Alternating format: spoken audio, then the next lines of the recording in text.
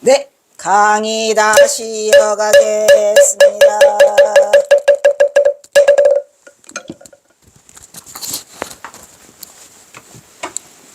어이구, 오 부처님이시여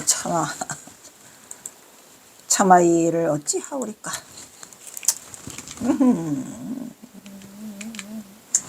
조선 백성의 불쌍한 무생명들을 살펴주시옵소서. 제발 굽어 살펴주시옵소서. 이렇게 외쳐대며 적진으로 대열을 짜서 무조건 돌진하는 농민군들을 지켜보던 경호는 합장하며 울부짖었습니다. 봉황산 자락에서 낮은 포복으로 엎드려 이 광경을 지켜보고 있던 노승 경호는 차마 말을 잇지 못하고 눈을 감고 말았더라. 이 봉황산이 알고 보니까 거기에 우금치하고 연결된 거고, 뭐야 금악동이고, 그냥 내가 거기서 그냥 2년간 기숙사에서 살고, 아이고 찌들찌들한 인연들은 나를 기다리고 있었더라. 봉황산에서. 그래서 제가 청주교대를 간다는데 기어코 공주교대를 막 가게 만드는 이유가 있더라, 이런 얘기였습니다. 이때 전봉주는 봉황동이야. 거기가 봉황산이고 어이가 없어. 그러니까 공주교대는 봉황동이고 내가 살고 있었던 그 기숙사는 금악동인데 그게 그거고, 그 산 이름이 봉황산이야. 아이고. 이때 전봉주는 농민군들의 사기를 복도둑이 위하여 적진 깊숙이까지 붉은 가마를 타고, 붉은 가마 타면 어떡하냐고, 너무 잘 눈에 띄잖아요. 그래도 농민들의 사기를 북돋으려고 스스로 적진으로 뛰어들기 위해서 붉은 가마를 타고 또 백마로 갈아타요. 붉은 가마에 백마면은 기가 막히게 잘 보이는 전봉주. 종횡무진 칼자루를 흔드니 참으로 붉은 가마와 흰 백마의 기상은 하늘을 찌르고도 남았더라. 아이고 어찌하냐 슬퍼. 동학군은 10월 10일에 삼리에서 회의를 연 결과 전봉준, 김계남 등의 과격파는 퇴시영, 이영규 등 온건파의 타협론을 거부했다. 그뒤 전봉준이 4천명의 농민군을 이끌고 삼리에서 일본군을 몰아낸 뒤 남쪽과 북쪽의 연합을 시도했더라. 같이 힘을 합쳐가지고 연합해서 싸우기도 힘들어 죽겠는데 뭔 내부에서 이렇게 서로가 갈등이 일어나가지고, 그리하여 전봉주는 공주, 수원, 서울 이렇게 북상로를 선택하고, 공주, 수원, 서울, 좋네. 남원에 주둔한 김계남은 금산, 청주, 서울. 뭔 너무 금산, 청주, 서울이야. 여러 진입로를 정해갖고 서로 싸우고 있더라, 이런 얘기죠.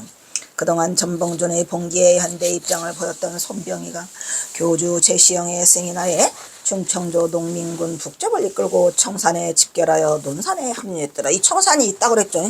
보은이 있는데 청산이라는 곳이 진짜로 있더라, 이런 말이요. 그래서 논산에서 합류를 하게 되는데, 이때 또 손병희는 전봉준과 의형제를 맺고 김계남과는 돌아서고 난리도 아니죠. 이렇게 11월에 북접의 손병희가 논산에 합류하여 남접 1만과 아이고 남접 1만이었구나. 오마이갓. 1만과 2천가는 비교가 안 되지. 10만도 아니고 10만도 아니고 1만 10만. 북접 1만을 향해 총 2만여 군의 군사를 이렇게 되었다. 이들 남북연합군은 농민군을 일본군을 격퇴하기 위해 일본군의 병창기지를 습격하고 천신주를 절단하면서 서울을 향해 북상하기 위해 공주를 총공격하기로 했다. 어떡하냐. 진입하는 그거를 공주, 수원, 서울로 했구만. 속상하네. 이에 조선 조정과 일본군은 신정이, 허진, 이규태, 이두황 등 에게 3,200명의 관군을 주고 일본군 미나미 고시로가 이끄는 2,000명의 일본군을 이끌고 갔었더라. 젠장이네. 3,200과 2,000이면 5,200이고 얘네는, 우리는 2만이고. 그래도 안 돼. 11월 20일 음력 10월 23일부터 23일 26일까지 농민군과 조일연합군은 공주 이인과 표 등지에서 제1차 접전을 벌였고, 다 깨져요. 다 깨져. 쪽쪽이 다 깨져 이제. 동학농민이 다 깨져요. 지금부터는. 농민군은 그게 패배해 후퇴에 따라 12월 5일 전봉준은 드디어 총공격을 명령했다. 농민군 주력부대가 우금치를 목표로 움직이기 시작했다. 우금치는 견준산과 주미산이 만나는 가파른 고개였고, 허허 벌판이여. 무모한 짓이죠. 가보니까 진짜 무모한 짓이에요. 물밀듯이 올라오는 농민군에게 정부군과 일본군의 최신 무기가 불을 뿜었고 시간이 갈수록 농민군의 폐색이 짙어갔어요.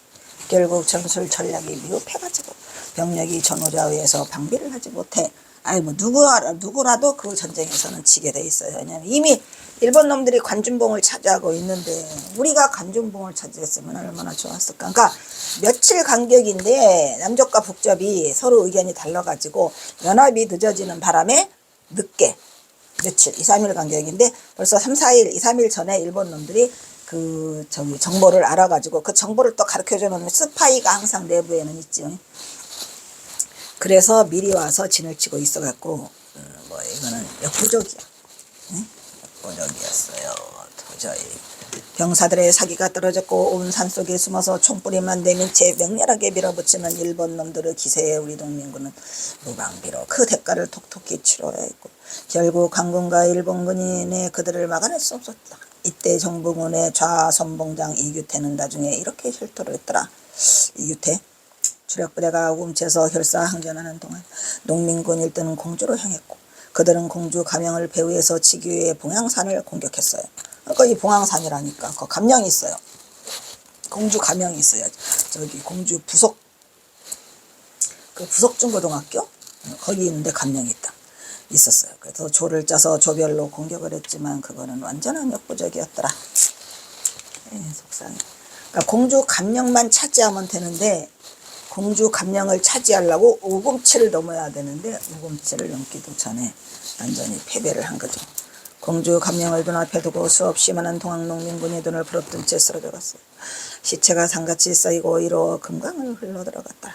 한편 김계남의 동학농민군은 전주를 거쳐 금산을 거쳐 엄야고 신탄진을 거쳐 청주로 들어갔으나 청주 전투에서 일본군에게 크게 패하고 후퇴했더라. 그러니까 이렇게 따로국밥으로 놀면 안 된다는 얘기죠. 따로국밥으로 노는 바람에 망하는 거예요.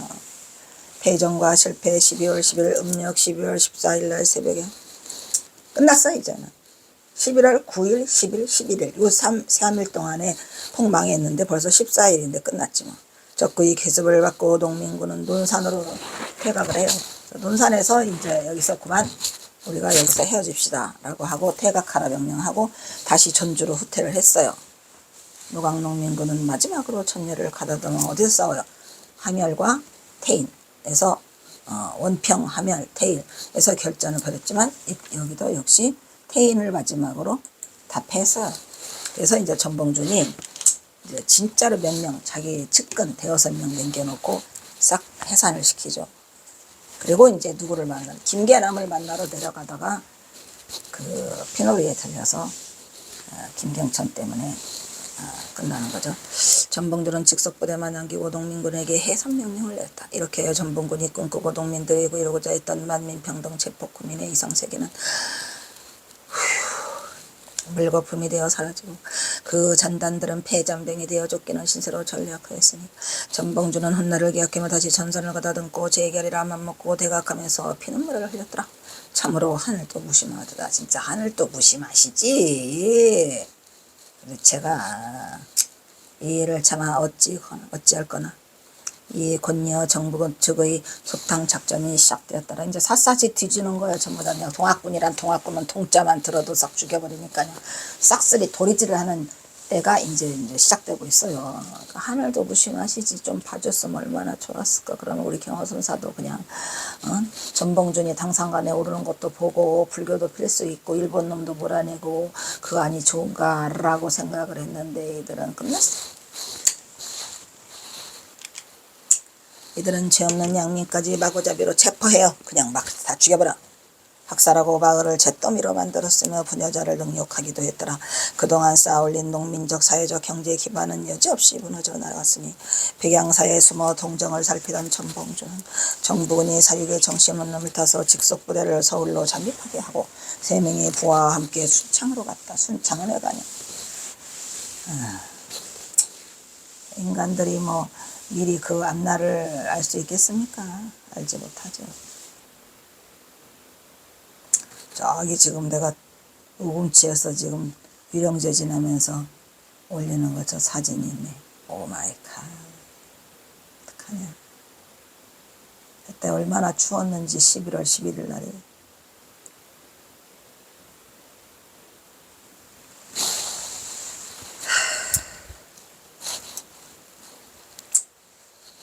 그 사이 동학군과의 전쟁에서 승리한 관군과 일본군들은 꽹과리를 치면서 전봉준을 생포하면 막대한 상금을 주겠다라고 상금을 준다라고 포상금을 걸었죠. 이제 포구문을 곳곳에서 붙였어요. 이것저것에 벽보로대 걸었으니.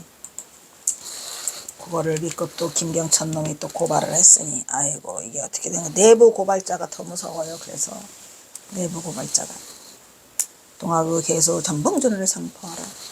신고하는 자는 상금 만냥. 천냥이 아니고 만냥이네. 이것들이 미쳤나봐. 만냥과 벼슬을 내린다. 전봉준은 정읍과 순창 등지를 전전하며 몸을 숨겼더라. 그러나 과거 자신이 보야했던 김경천의 밀고로 체포돼 12월 28일 한양으로 압송되고 말았더라. 전봉준은 정읍과 순창 등지를 전전하며 몸을 숨겼으나 1894년 12월 28일 순창에서 상금의 눈이 먼 옛 동지 김경천의 배신으로 붙잡혔더라. 이런 얘기죠. 아이고 이제는 망했도다. 전봉준은 일본군에 의해 서울의 일본 영사관으로 호송되어 법무암문으로 넘겨져서 1895년 3월 5일부터 4월 4일까지 한 달을 받았거든요. 신문을 5차례를 받아요. 공초5, 공초1, 공초2, 공초3, 공초4, 공초5까지 5차례의 신문을 받으면서 5차례 받았으니까 한 달 동안 5차례 받으면 6일 만에 일주일에 한 번씩 했단 얘기잖아. 흥선대원과 전봉준의 관계를 켭지만 전봉준은 어디까지? 죽는 날까지 함구를 했어요. 끝까지. 함구로써 일절 대흥선 대원관을 언급하지 않았다. 결국 1895년 3월 29일 음력 3월 29일 양력 4월 23일 재판장은 전봉준은 1855년생 그리고 1월 10일 1895년 4월 24일 날 사형을 당하죠. 왜 전봉준 말고 체포된 4명 있죠. 동학농민군 지도부에게 부대 참시를 선고하고 이 부대 참시가 뭐냐면 시도 때도 안 가리고 그냥 죽이겠다 이런 얘기예요. 기다리지 말고 바로 사용하겠다라는 이런 이상한 것을 둘러 씌워가지고 그 이유는 뭐냐면 이 농민군이 다시 또 동조해가지고 또 저기를 일으킬까봐. 그래서 지도새도 모르게 새벽에 다음날 3월 30날 처형되었어요. 새벽 2시에 여기 우리 있는 우금치가 아니고 거기 영풍문고 앞에 있는 전옥서에서 그냥 지도새도 모르게 부대 참시를 해요. 이놈들이 아무도 몰랐죠. 하늘 말고 땅을 알아서 그 폭풍우가 내리고 비가 폭포처럼 쏟아졌다고 합니다. 밤새도록 천둥 번개가 으르렁거리고. 그러면 뭐대 좀 하느님 좀 너그럽게 좀 그런 것 좀 살려주시고 좀 보호해 주시면 어디가 덧나나요? 에휴,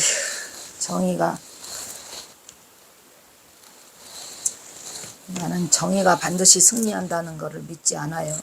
옛날에는 믿었지요. 정의가 승리하는 게 아니더라. 뭐 속상하지만 굳이 받아들인다면 운명이 어변이 경호선사가 항상 쓰는 말 이것이 전생의 어변이로다. 어변 같아. 어변이 아니라면은 도저히 받아들일 수가 없어요. 뭔 잘못을 했는데 뭐 전생에 뭐 했는데 하여튼 뭐 전생의 어변이라고 뭉뚱그려서 하기는 하지만 정의가 진실이 반드시 승리한다? 그 거짓말이야. 내가 수도 없이 해봤어요. 정의와 진실이 승리하는 건 아니더라고. 전생의 어변이로다. 한편 김계남은 12월 27일 태인에서 산내면 종송리에 있는 매부 서영기의 집에 숨어 있다가 그러니까 전봉준이가 지금 종송리를 향해서 가다가 그 순창 피놀이에 들려갖고 걸렸죠. 외부 서영기의 집에 숨어 있다가 친구 임병, 야 썩을 놈, 이것도 임병찬이란 놈, 이놈. 꼭 이런 이 내부 고발자가 있다니까요. 이 가까운 놈이 내부 있다가 친구 임병찬의 고발로 전주에 있는 강화영의 중군인 황헌주에게 잡혀. 내내 또 이것도 그 우리 내부에서 이게 일어난 일이에요. 관군에 잡혀요. 미친 거지. 전봉준 장군도 관군에 잡히고 이래가지고서야 뭐를 해먹겠어요. 이 제일 더러운 게 인간이야. 인간들 왜 그러냐. 하늘이 두렵지도 않냐. 하늘이 좀 적당히 그런 놈들을 딱딱 처벌을 시키고 하늘이 있다는 거를 뻔때를 보여야 되는데 절대 그렇지 않다니까요. 하늘이 두렵지 않느냐고 말하는 그놈도 뿌듯하게 잘 살아가더라고. 흥선대원관과의 관계를 진술하는 불법으로 전주 서교장에서 처형을 당했다 이러면. 그러니까 김계남은 내내 흥선대원군이 여기에 개입됐다는 걸 입으로 다 뿌려냈는데도 뿌려내고도 아무도 모르게 그냥 그 아까 말했잖아요. 그냥 양반 유림들이 가만 안 있다고 들고 일어나가지고 그 누가 죽이잖아. 할 수 없이 처형을 시키잖아요.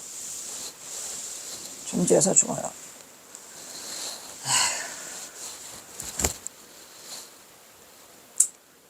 뭐 어떤 일정한 법이 없으니 힘없는 응? 양반 이 저기 주제에 양반 유림들이 들고 일어나니까 그냥 죽일 수밖에 없었대잖아요. 나머지 동학농민혁명에 가담했던 위대한 영웅 인사들은 자신들과 가족들의 목숨을 부지하기 위해서 부득이 시골 구석에 숨어 살거나 뭐죠 그거 그 고들장 밑에 숨어 있거나 뭐라고 어디요 그거 속에 있거나 전부 다 다락에 숨어 있거나 그냥 어디서 살거나 술주정꾼 행세를 일부러 하면서 겨우 의심을 피해서 생존하였더라 이런 얘기. 왜냐면 동학농민에 가담한 사람은 그냥 색출을 하니까 낱낱이 뒤져가지고 싹 도리질을 시켜서 죽여버리니까 어쩔 수 없이 그렇게 다른 모습으로 살거나 숨어 살거나 정백현이 같은 분은 도피했고 도망갔죠. 그리고 동학농민 전쟁의 실패와 함께 동학농민군을 이용하고 고종과 명왕성왕후를 타도하고 고종형의 아들 이준용을 주대하던 흥선대원군의 재집권의 기도도 수포로 돌아갔더라. 이런 얘기야. 이런 게 끝나죠. 그나마 대원군이 살아남을 수 있었던 거는 전봉준이 끝까지 발설하지 않고 전봉준이 끝까지 대원군을 지켰기 때문에 대원군이 살아나는 줄이나 아쉬움, 고마움을 알라나 몰라. 얼마나 그걸 지키려고. 그래서 경화선사가 손 떼라고 그랬는데 그거 가만히 들여다보면 손을 떼기에는 너무나 많이 얽혀있더라 이런 얘기야. 아이고 이를 어찌하구나. 살아남은 자의 슬픔이여 슬프도다. 뭐냐 슬프다. 자 135장 우금치 고개를 향하여 돌격 앞으로 보되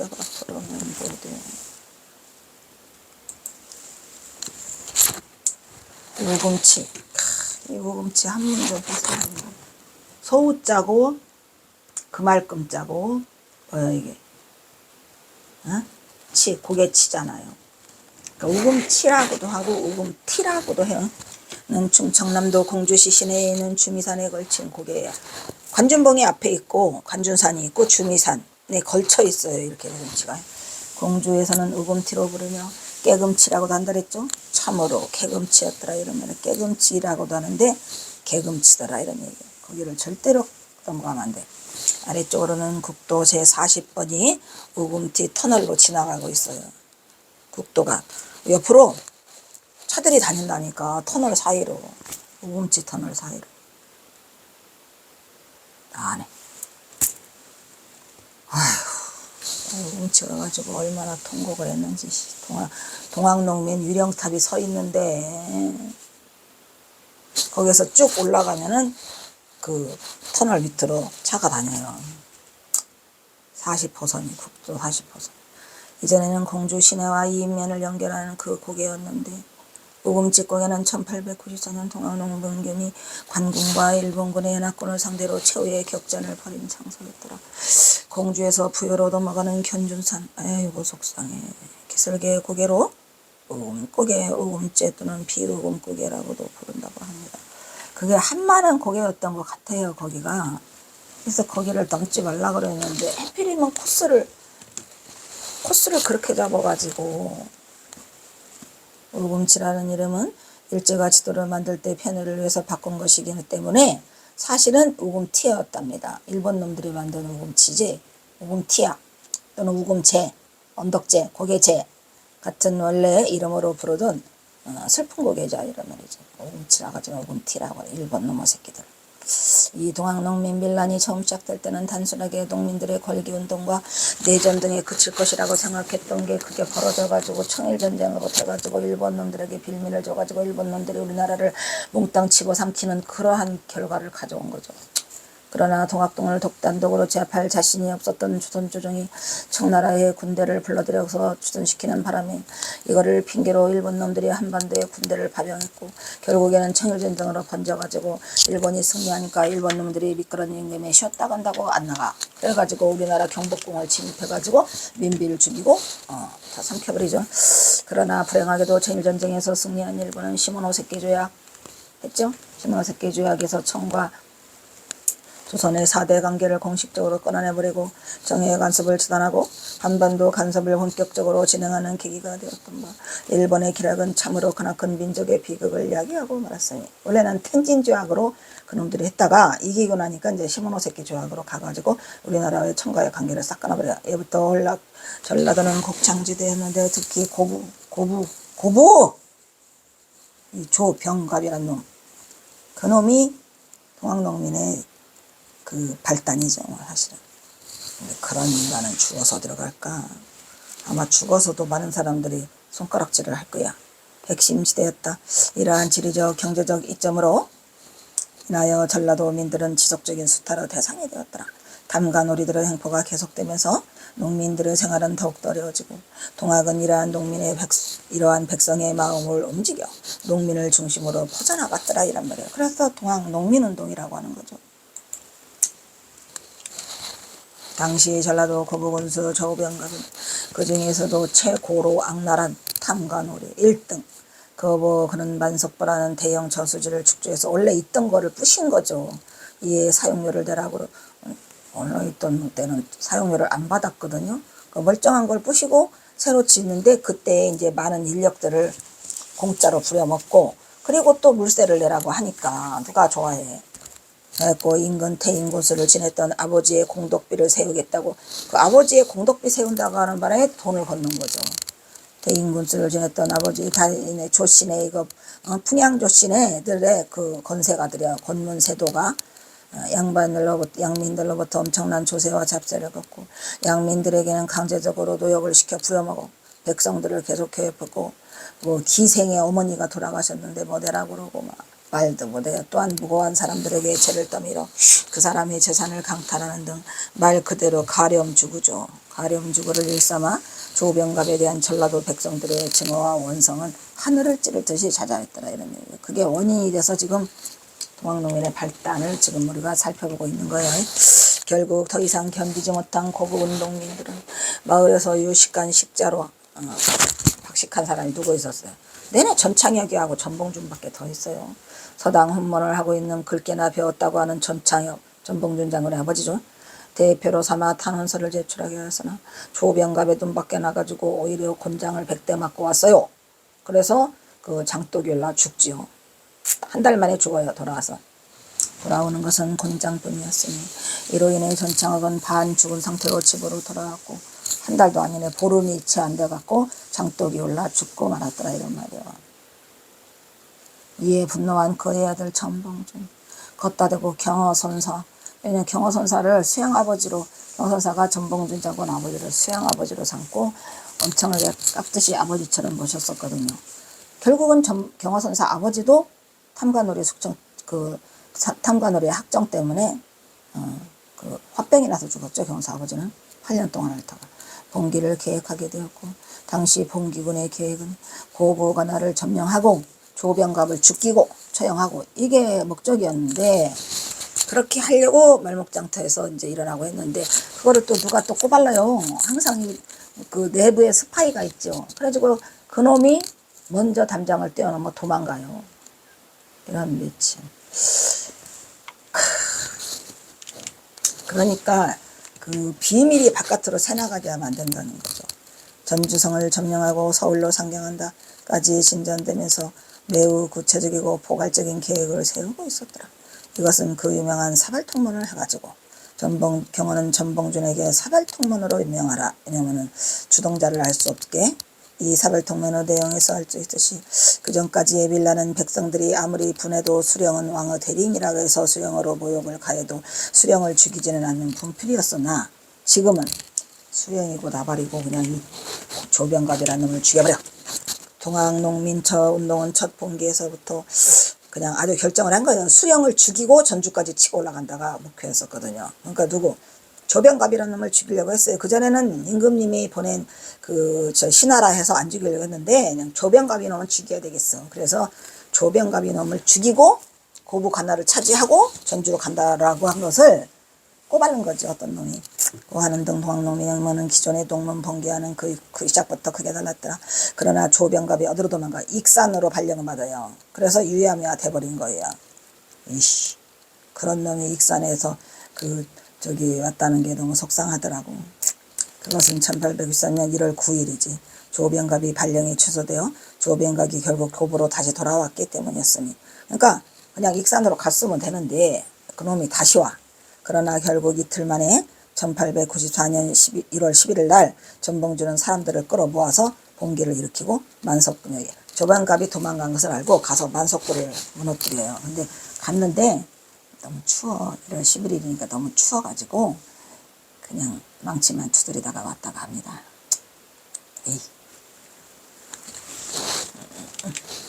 그 뒤에 무너뜨리고 전봉준은 고부거나 창고에 있던 곡식과 재물을 사람들에게 다 나눠주고 사태를 파악한 조정은 신인군수 두고 박원명을 내려보냈어요. 그래서 박원명은 그나마 또 그 마음이 따뜻한 사람이라 사람들을 위로하고 달래가지고 성공적으로 봉기군을 해산시켰는데 그 이후에 누가 와? 홍계훈이라는 걸 또 보내죠. 그러나 1863년 10월 동학농민군은 제3차 봉기에 나섰어. 이럼에도 불구하고 그 사이에 그래서 이제 무슨 일이 있었죠? 이 사이에는 빼먹었지만 지금 앞에 했기 때문에 전주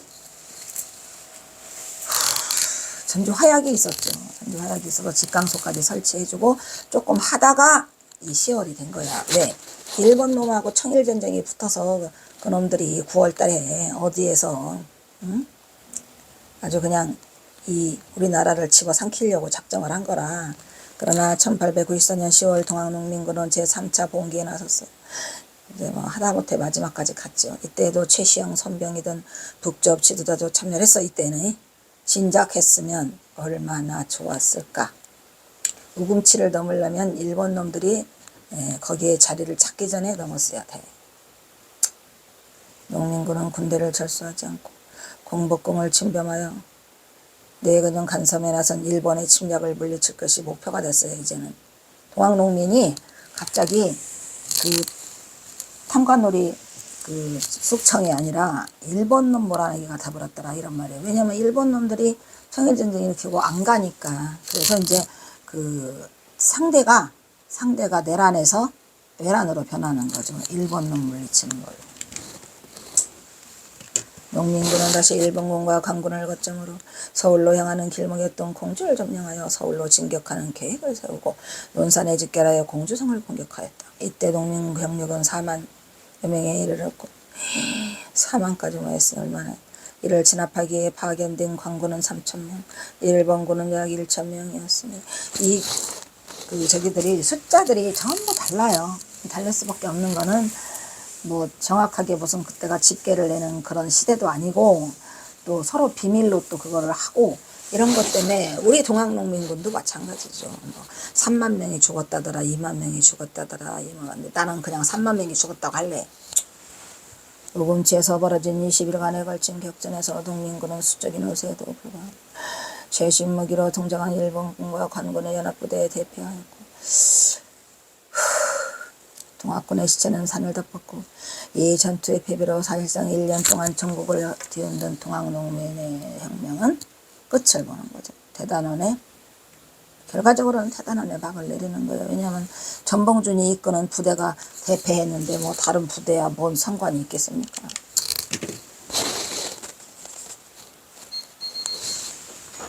에휴, 이것도 여기서 끊읍시다.